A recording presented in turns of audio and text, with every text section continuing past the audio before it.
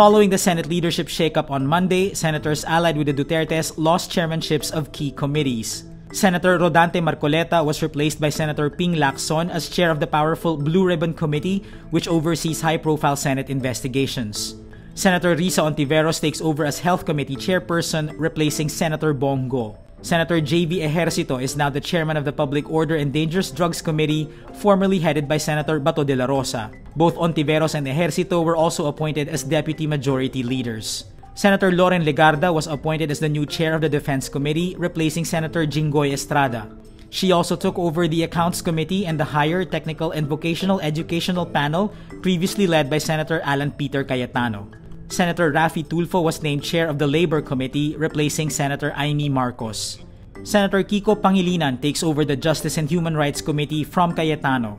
Senate Majority Leader Mig Zubiri says more committee chairmanships will be announced in the coming days.